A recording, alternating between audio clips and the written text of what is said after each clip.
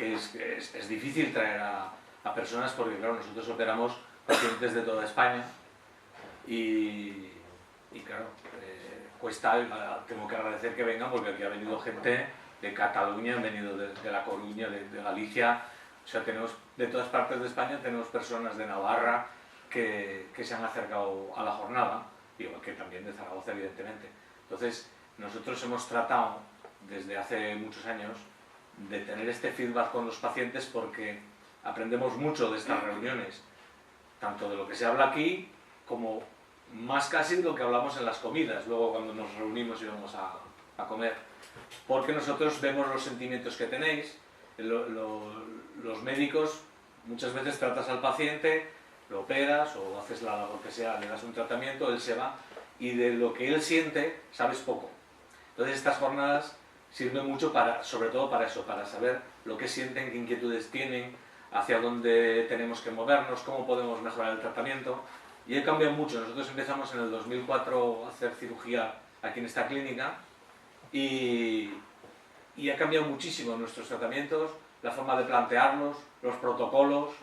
Pues al principio a nosotros nos costaban las cirugías 2 horas, luego 1 hora y media, ahora estamos en 30 minutos una intervención, con las estancias muy cortas, en 48 horas damos el alta. Cuestiones alrededor de la cirugía, del posoperatorio o de a largo plazo, pues se van limando, se va arreglando todo. Hemos encontrado mejores dosis de vitaminas.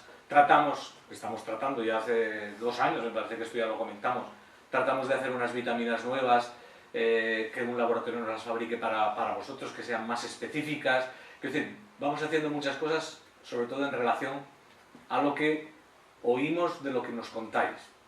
Vemos las inquietudes y eso tratamos de resolverlo y de buscarle solución. Entonces, para nosotros son muy importantes y para los pacientes que vienen, pues también suelen sacar buenas conclusiones. Y además de este tipo de jornada, sobre todo pensando en una fundación que tenemos que prácticamente no la movemos, solo la hemos movido, luego hablaremos de ella, en relación a la formación de cirujanos que vienen a vernos, o en algunos otros aspectos, luego hablaremos más sobre esto de la fundación.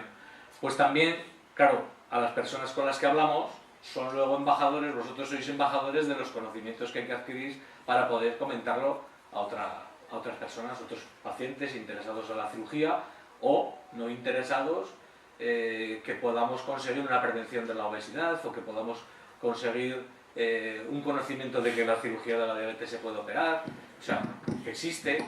Sí, quiero decir, hay muchas cosas de las que encontramos utilidad en hacer estas jornadas. Y sobre todo, además, hacemos amistad y hacemos relación.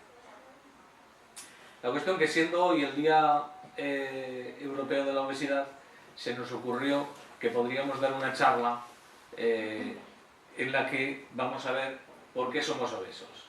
Y queríamos ver por qué somos obesos porque vosotros que habéis sufrido la obesidad, los que estáis operados, sabéis el sufrimiento y cómo se llega a la obesidad muchas veces sin querer, porque realmente vais a ver que el paciente obeso y el paciente que tiene patologías asociadas a la obesidad o al sobrepeso como la diabetes no es culpable, en gran medida no es culpable de esa obesidad. Y esto nos lo va a dar, vamos a ver en esta charla, que es una charla un poco también para adquirir un concepto de que la obesidad es una enfermedad, de que la obesidad, los obesos no son culpables de su obesidad y de que cómo podemos ir hacia la prevención de la obesidad. Esto quiere ver un poco la charla, pues esto se pueda transmitir a otras personas y vosotros podéis defender este concepto ante otras personas. Entonces,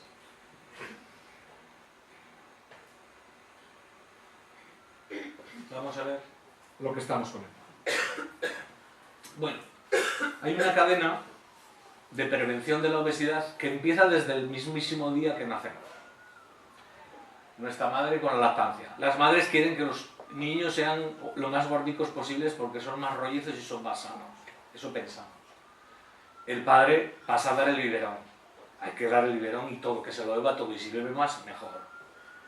A mí me ha tocado dar biberones, era un sufrimiento. Porque no comía lo que querías, si tú querías darle más, que te había dicho tu mujer, no, que tiene todo esto, pues a dar todo eso. El pediatra. Los pediatras tienen unas curvas donde es la normalidad del peso de los niños. Y casi siempre queremos que los niños estén en la curva en la parte más alta, no en la parte más baja. Si están en la parte más baja es que se nos quedarán pequeños, raquíticos, no crecerán. No es verdad. La familia. Todos queremos que los niños sean ay, mira qué grande, qué majo que está, que el otro flaco, ay, que este es mejor gordico. En el colegio. Van los niños al colegio y les obligan a comer todo lo que... y la dosis más grande de comida, y si pueden, darle más. La sociedad está preparada para comer. De hecho, hoy nosotros nos reunimos y nos vamos a comer, ¿no? porque nos gusta comer, porque la gastronomía mejora, porque cada vez la comida es más buena. En fin, el médico de cabecera hace poco. Ve un paciente, lo tiene que ver rápido, se va, por la prevención puede hacer poco. Ve, pues este parece que está... Oiga, no coma tanto y haga ejercicio, pero hay poca posibilidad de ayuda en no coma tanto y haga ejercicio. Los nutricionistas. A los nutricionistas ya empiezan a llegar a los pacientes un poco pasados, ya empiezan a tener cuando va al nutricionista, ya tiene peso. Lo mismo, no tiene tiempo, es muy difícil, necesitas un nutricionista que tenga mucha dedicación al paciente para conseguir un objetivo. Al endocrinólogo ya le suelen ir con patologías, hipotiroidismo, ya tenemos una obesidad más importante, en fin, internista, cardiólogo, neumólogo, psiquiatra. Aquí ya los pacientes están casi descontrolados, ya es muy difícil hacerte con ellos, porque si no has conseguido hacer la prevención de la obesidad antes, aquí ya es muy difícil. Y al final estamos los cirujanos, que somos los que menos prevención hacemos, porque realmente nosotros lo que hacemos es tratar lo que nos ha venido desde la infancia hasta aquí. Sin embargo, nosotros, desde nuestro equipo, queremos hacer esa prevención y nos gustaría que la gente nos ayude, por eso tenemos la fundación y queremos conseguir voluntarios para poder dar charlas en colegios, que vamos, esta misma charla la hemos dado a alumnos en colegios, y, en fin, aquí tenemos cuatro pacientes que se operaron y entre los 4 pesaban 1 tonelada, más de 1 tonelada. Vosotros conocéis lo que es este problema. En fin, nosotros, lo que comentábamos, tenemos una fundación que se llama Doctores y Aptos, y esto es Amigos para la Prevención y el Tratamiento, vemos aquí este delegado cogiendo algo de eso, el tratamiento de la obesidad y sus secuelas. Entonces, ¿qué intentamos? Intentamos la prevención, intentamos informar sobre los tratamientos. Pero aún así no es suficiente. Por más que tratemos de hacer prevención, por más que tratemos de hacer fundaciones, por más que tratemos de ayudar a las personas, además necesitamos legislación. Y legislación que nos ayude a no llegar a ser obesos. Y esa legislación es compleja porque, claro, hay que legislar cómo han de ser los alimentos, qué calorías han de tener, a lo mejor habría que legislar las dosis de alimento que se dan en los restaurantes. Esto es complejo. Y esto es complejo porque la obesidad es un problema principalmente del capitalismo. Y hay una industria enorme en relación a la comida. Y esa industria es imposible limitarla, o es muy difícil que los países vayan a limitarla. Entonces, ¿qué hay? Hay una incitación a comer y hay una incitación a vivir de la comida. Entonces, esto es complejo. Vemos que los países más desarrollados son los que más obesidad tienen, pero los países menos desarrollados, en cuanto se desarrollan, las poblaciones empiezan a ser obesas. Pero es que cuando las poblaciones de países poco desarrollados llegan a los países desarrollados, adquieren obesidad. Entonces, esto es un problema del capitalismo, y cuanto más desarrollados son los países, más obesidad suelen tener. Bueno, aquí vemos rankings de obesidad en todo el mundo, y aquí tenemos, para que os hagáis una idea, lo que supone en gasto sanitario la obesidad. Es el tercer gasto de los países en salud, la obesidad. Y tenemos las armas y las guerras, es lo que está justo por encima de la obesidad. O sea que estamos hablando aquí de que es uno de los gastos mayores que existe en sanidad, la obesidad. Lo mismo sucede con la diabetes. En los países desarrollados, la diabetes es mucho más prevalente, hay muchísimas más personas con diabetes. ¿Qué sucede? En los países poco desarrollados hay menos personas diabéticas, pero tienen un problema muy grande, que ellos no pueden tratar la diabetes. O sea, este es un problema mundial tremendo, porque estos de aquí de arriba, aunque hay bastante población diabética, pero pueden acceder a los tratamientos. Los países poco desarrollados no pueden acceder a los tratamientos. Y se piensa que más de 556 millones de personas serán diabéticos en el 2030. Esto va aumentando cada vez más. ¿Cómo se ataja la diabetes? No siendo obeso. ¿Cómo se ataja la obesidad? Tratando de hacer prevención. Bueno, ¿y por qué somos obesos? Pues básicamente porque comemos más que lo que gastamos. Eso es fácil de decir. Comemos más que lo que gastamos.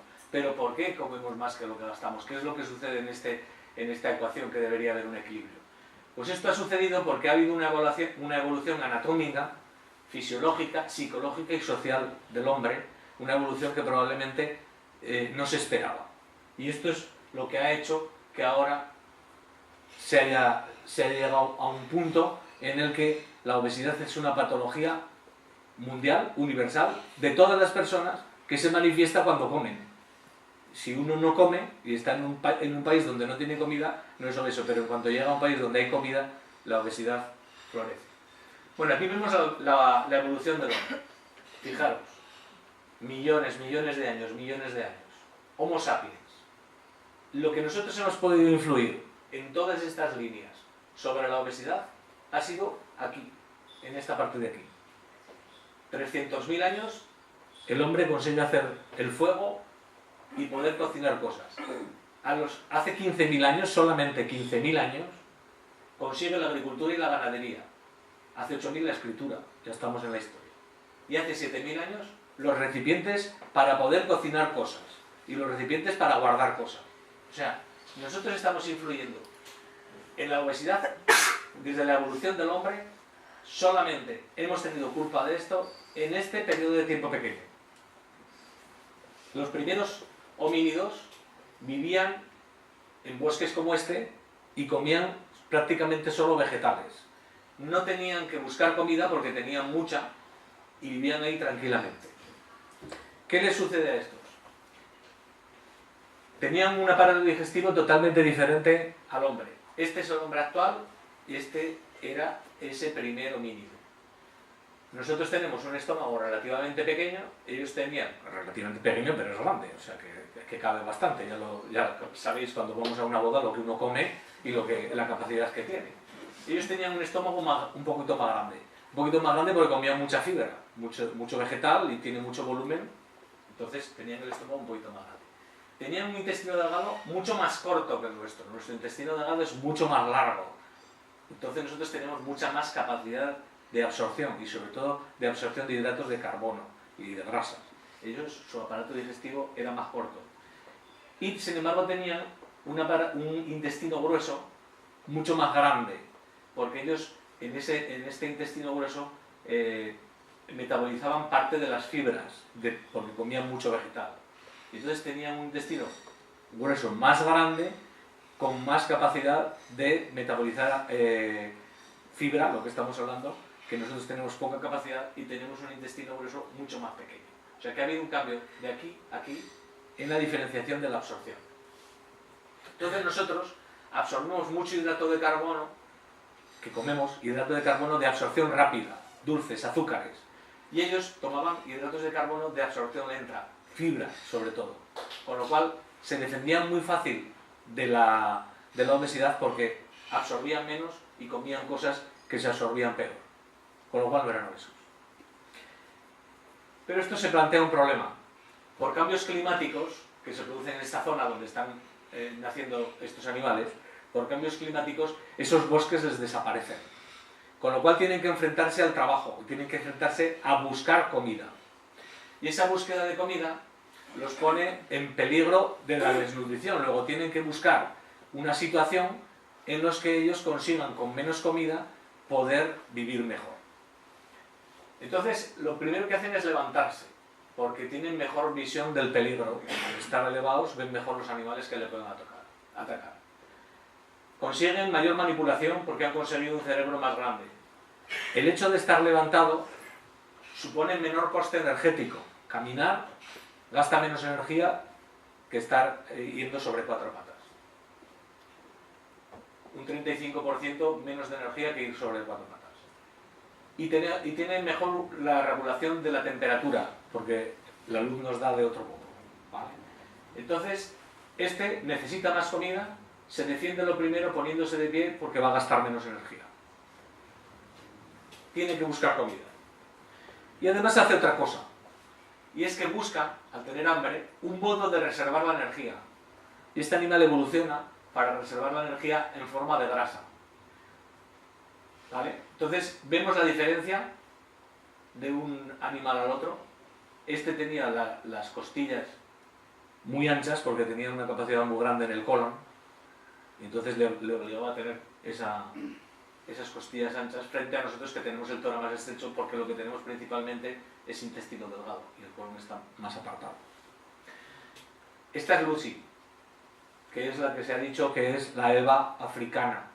Es el primer, digamos, homínido más parecido al humano y más primitivo que se parece a nosotros. Esto, para los que creen en la religión y tal, esta sería Eva, la primera persona de la que puede que hayan evolucionado todos los demás animales. Bueno, ¿y por qué la evolución nos lleva a guardar la energía en forma de grasa? Porque se puede guardar mucha energía, el doble que si lo hiciéramos en forma de azúcar. Porque no necesita mezclarse con agua. La grasa, ya sabéis que el aceite se repele del agua, entonces puede estar aquí sin mezclarse con nada en el organismo, apartada. Porque además el coste para conseguir la energía de ella es muy pequeño frente a otras formas de conseguir la energía. Y el depósito es ilimitado. Podemos almacenar la grasa toda la que queramos. Ya hemos visto alguna vez en televisión que hay pacientes pues, de 200 y pico, 300 kilos, 400 kilos. O sea, ese depósito es muy bueno para almacenar grasa.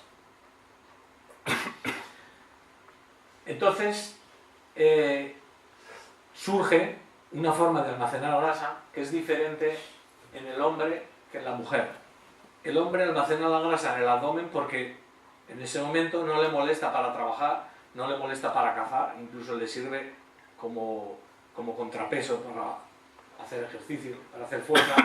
La mujer, sin embargo, almacena la grasa en las caderas porque deja el abdomen libre para que podamos tener los niños que nazcan allí bien, que se críen bien, sin presión. Y tenemos la energía guardada en las caderas para que podamos alimentarnos nosotros cuando no tengamos comida, porque este animal ya tenía que ir buscando comida, o cuando necesitemos una energía extra.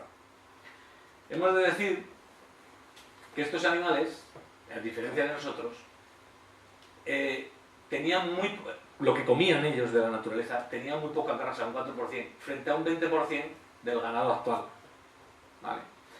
Y hemos de decir que en la evolución, que hemos visto que necesitamos una cantidad de grasa para vivir y para defendernos, cuando nacemos, el hombre es uno de los animales que más grasa tiene. Este es el porcentaje de grasa, el 15%.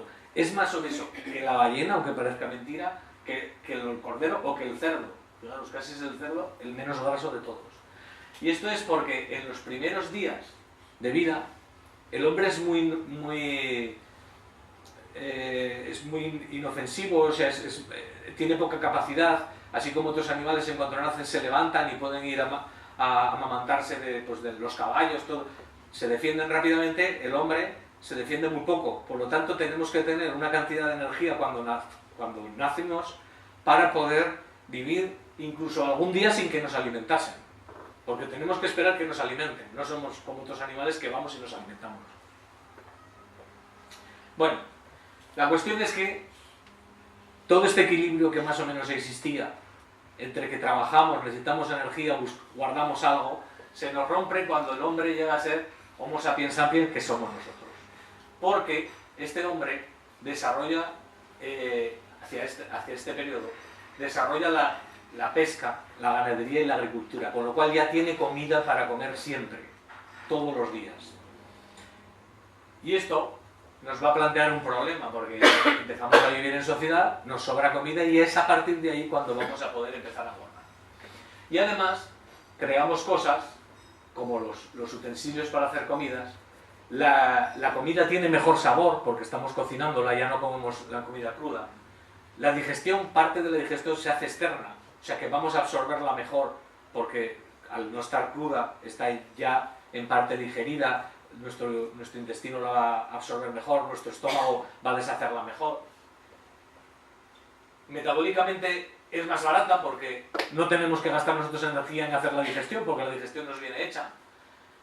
Nuestro aparato digestivo puede ser menor porque está capacitado para esa absorción, y además desarrollamos el intestino delgado y empezamos a comer otras cosas como cereales y legumbres que antes no comíamos porque no se podían cocinar, y ahora se pueden cocinar.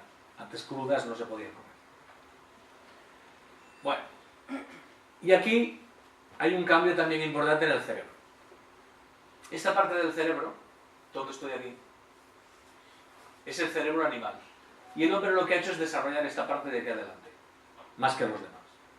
Entonces, existen unos núcleos, uno del hambre y otro de la saciedad, que si estimulamos el núcleo de la saciedad, se nos van las ganas de comer. Si estimulamos el núcleo del hambre, nos entran ganas de comer. Bueno, pues estos núcleos están conectados con núcleos motores, que son núcleos relacionados con la masticación y con la deglución. Y están también conectados con núcleos sensitivos, núcleos del gusto, núcleo de las sensaciones de movilidad del intestino, núcleos de las sensaciones de bienestar por la comida, de las náuseas. Y todos estos núcleos están conectados con esta parte superior y nos dan las órdenes de lo que necesitamos comer, lo que necesitamos, lo que nos gusta, lo que no nos gusta. Hasta aquí todo está bastante bien regulado y los animales regulan bastante bien lo que necesitan comer y lo que no necesitan comer. Lo que nos sucede es que nosotros además tenemos conexiones con la parte frontal, y la parte frontal es la que ha desarrollado el humano, y esa parte frontal lo que consigue es dar afectividad. A través del tálamo damos afectividad a nuestros sentimientos, a nuestras cuestiones. Esto es lo del anuncio "te gusta conducir", ¿no? O sea, parece que tengo preferencias por unas cosas. Eso nos lo da nuestra parte frontal, y además nos permite tener voluntad sobre la comida, y nosotros podemos comer porque queremos o podemos dejar de comer porque queremos. Los animales no, los animales comen para vivir solamente, y esto es lo que hace que los animales hagan una ingesta y un ejercicio como un comportamiento animal para tener un tipo de forma, de función y de vitalidad. Entonces todos los animales son así porque son así, y las gacelas son delgadas porque tienen que ser delgadas, porque si fuesen obesas se las comería el león enseguida porque no podría correr. Y los animales que son obesos, como el elefante o el hipopótamo, son así porque son así. No hay la posibilidad entre los animales de que un animal engorde porque sí, salvo que le demos comida, ¿vale? Un galgo es delgado, pero claro, si su dueño le da excesiva comida lo puede engordar. En la naturaleza esto no existe. Sin embargo, el hombre tiene un problema, que además de comer porque tiene que mantener una vitalidad y un ejercicio, come no solo por instinto, sino por voluntad o por aprendizaje. Y entonces esto es lo que hace que nosotros vayamos a ser obesos frente a otros animales. Y claro, todo esto nos ha llevado a la manipulación, a la caza, a la agricultura, a la utilización de utensilios, a desarrollar unos sentimientos de dolor y placer y del gusto por comer, y además unas costumbres de América viene el maíz y la patata, y más hidrato de carbono, más hipercalórico. De Asia el arroz, las carnes bajas en calorías, de Turquía, de Mongolia, el street tarta. Bueno, no vamos a echarle la culpa de la obesidad a todo esto, pero esto es una anécdota. Filete de Hamburgo. Los alemanes traen a a Europa el filete de Hamburgo, que lo habían cogido de Mongolia, que era una carne mala, que allí utilizaban porque no tenían mucho para comer, y ellos lo traen a Alemania, y de Alemania inmigrantes alemanes lo llevan a Estados Unidos y desarrollan la hamburguesa, que la primera hamburguesa que desarrolló fue en 1834 y se presentó en la Feria de San Luis en 1904 como un producto estrella en la comida de los Estados Unidos. ¿Qué nos ha pasado?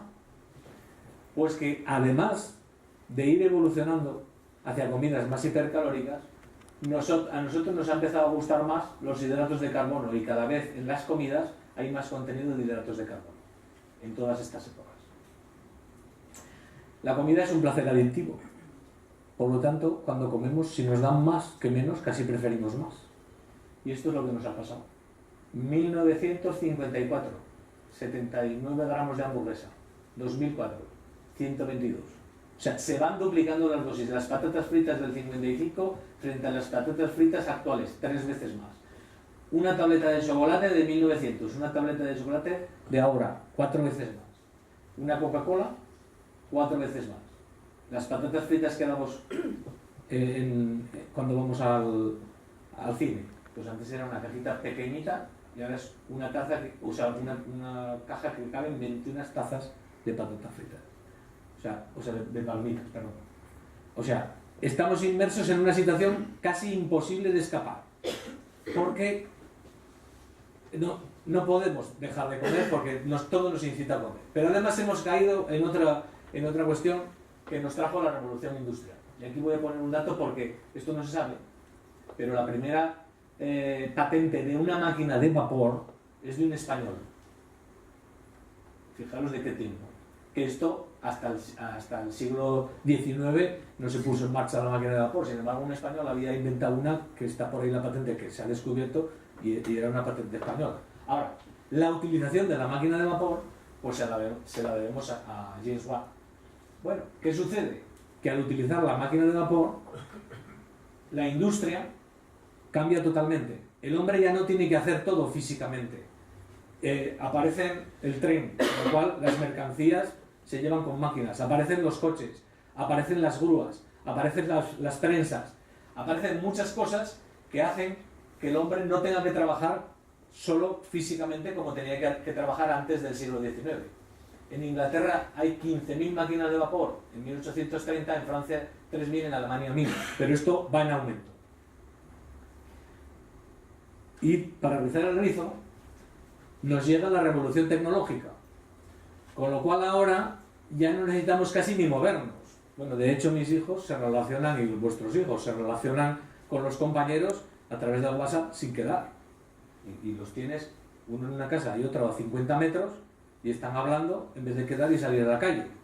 Bueno, fijaros esto. Mandar un email, 2 calorías cuesta. Frente a coger, levantarte y llevar una nota en una oficina, que son 4. Subir en el ascensor, 3 calorías. Subir las escaleras, 19. Pedir comida por teléfono, 1 caloría. Cocinar, 70. Poner el lavaplatos, 23. Lavar los platos, 80 calorías.